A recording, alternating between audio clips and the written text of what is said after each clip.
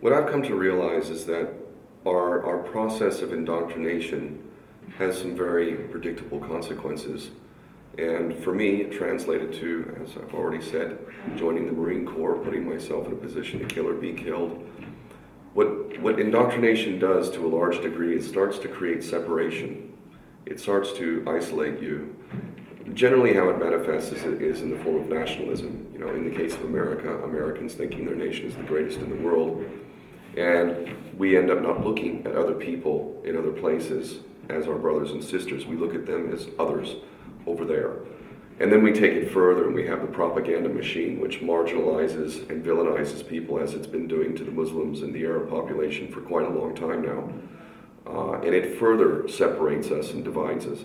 Over years and years and years of this, before you know it, you don't really have any concern about someone over there. You don't see them as your family. You don't see them as a brother or sister. You don't see your child over there. And that's the process of indoctrination, and it's very effective. But if you can break free from that process, if you can truly start to use your brain and really think for yourself critically rather than just repeating what you've been told, you'll start to see a pattern. And that pattern will give you a much greater light on what's happening in the world. And I believe, I have faith in humanity, that when people do break free from indoctrination and truly start to use their brains and really, really start to become more aware that the power within us, the humanity that we have, the greatest gift that we have, our humanity, starts to come alive. And as that humanity starts to develop and the consciousness starts to rise, what happens is you do start to see people over there as your family. When I look at the people in Palestine or Iraq or any other place where people are colonized and oppressed, when I see them, I see my family. I see my child. I see my child being denied access to education. I see my child living under terroristic situations, traumatized. I see a child who may be deprived of their mother or father because they're gone now. I see children who are dead and blown apart. And if I see people that way, how can I not do whatever I might be able to do to try and help them? It's not possible. If you do that, you will start to feel no respect for yourself. And I have made a decision to respect myself and to respect my fellow human beings because I see them as members of my human family. And that includes the Israeli people. I also see them as my brothers and sisters. And I pity them to a great degree because they are sacrificing that most precious thing that we have, which is our humanity.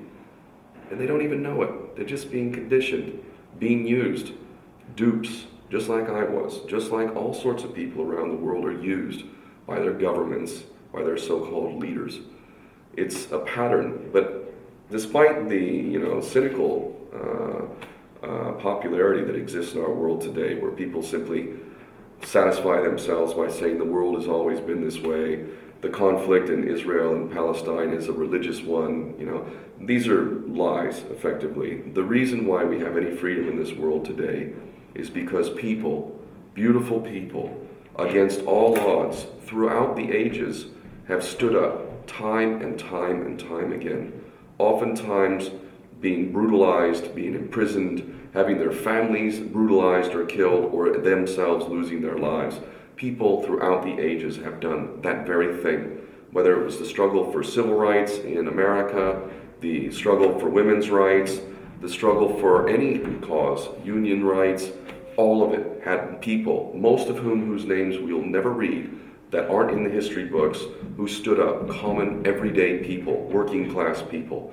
I know about those people, and I'm quite sure that if more people learned and understood the truth about how many of these people have stood up and did things so that we could have a semblance of freedom, that they too would feel an obligation to honor those who have given us what we so often take for granted. And I've been inspired by these people, and I see more and more people today. I think we're at a point in history where the consciousness is rising faster than ever, despite the fact that there are tons of people out there that are simply watching X Factor and American Idol and reading these ridiculous tabloids and concerning themselves with things that really don't matter. There is a growing number of people who are becoming politicized, engaged, and active.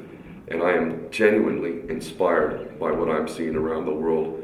I know that if we get together and act intelligently, in a disciplined, intelligent, united, rather fearless way, that we can affect all the change that we want in this world, including the ending of the Palestinian-Israeli conflict, the occupation of Iraq and Afghanistan, and oppression in all parts of the world where people are struggling, largely due to our lack of will so far in the Western world. But I see that changing, and I really genuinely believe that a better world is in the making, and it's ours to decide. And if we make up our mind, we'll have it before we know it.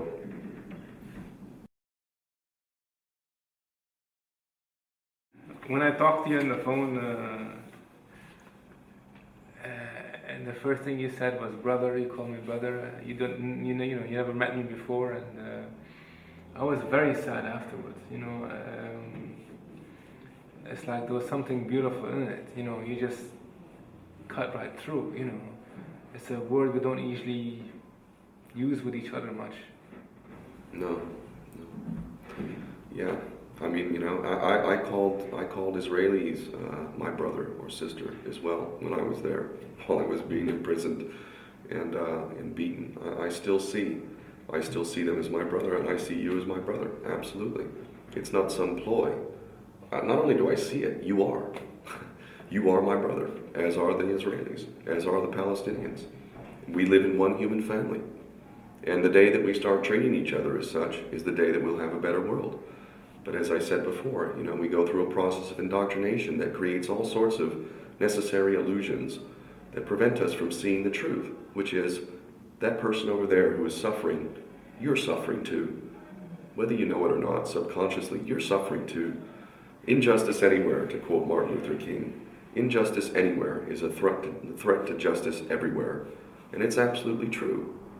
And, it may seem like a difficult path to take, to become engaged and start to really become active. And there are certainly some risks involved in doing that. And it does require extra effort. But I have experienced in becoming engaged the most liberation I've ever felt from anything in my life, the most liberating kind of existence of all. I don't fear the consequences of what I'm doing. I know that if I were to die tomorrow, that no one should cry an extra tear for me. I've lived a rich life, a very rich life, and it is exactly because I have exercised my conscience and I have done what I felt was right. Not always making the right choice, but generally following my heart, doing what I felt was right, and I've been so richly rewarded. It's a liberating thing, and it's the most rewarding thing that anyone can involve themselves in there.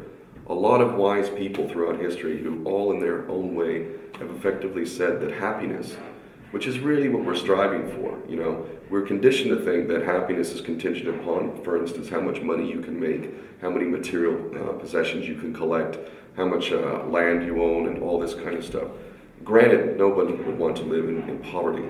We all have basic needs, but money, as we can see from so many filthy rich people, is not actually the defining factor of how you get happy, become happy.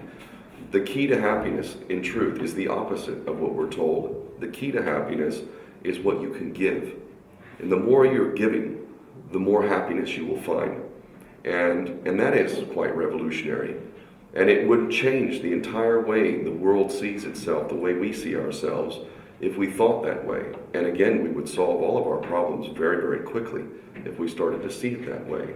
Because we have tremendous capacity to give. We do. And we don't take advantage of that blessing. Oftentimes we get caught in that trap of accumulating money and possessions. And that's not going to make you happy.